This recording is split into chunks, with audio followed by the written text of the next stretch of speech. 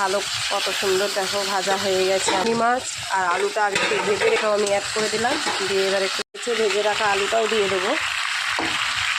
আমি হেভি কিছু মশলা দেবো না, এটা মানে জাস্ট পেঁয়াজ কুচি করে দিয়েছি, একটু আদা ঘষে দেবো, আর একটু জিরে গুঁড়ো দেবো, ধনে গুঁড়ো দেবো, লাল কালার লঙ্কা দেবো, আর যেরকম নুন স্বাদ মতো নুন, আর দুটো কাঁচা লঙ্কা চিড়ে দেবো ভাজা হোক।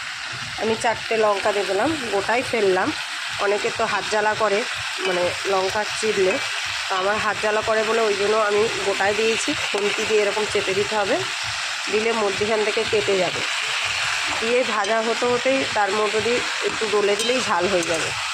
আমার হাতেও ঝালটা লাগলো না, নিজেরও প্রবলেম হলো না, আর অতি সহজে জিনিসটাও করা হয়ে গেল।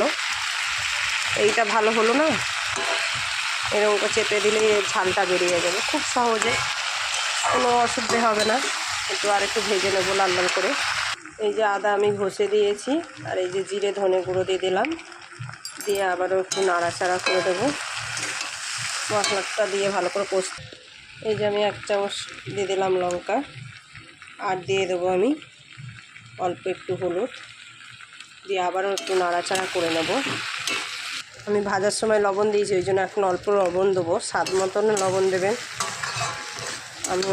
আমরা যেরকম লবণ খাই, অল্প লবণ খাই, ওই জন্য আমরা সেরকম স্বাদ মতো লবণ দিলাম। এবার এইটা আমি জল ঢেলে দেবো, অল্প পানি অ্যাড করতে হবে, কেননা ভাজতেই আলুটা সেদ্ধ হয়ে গেছে।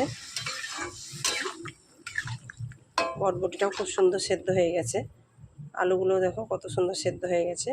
তো বেশি জল লাগবে না, এবার আমি ঢাকনা দিয়ে দেবো। এটা আধা ঘন্টা বাদে এসে গেছি, এই যে কত সুন্দর হয়ে গেছে। আমি যেরকম করলাম সেরকম করেই সব ফলো করবে।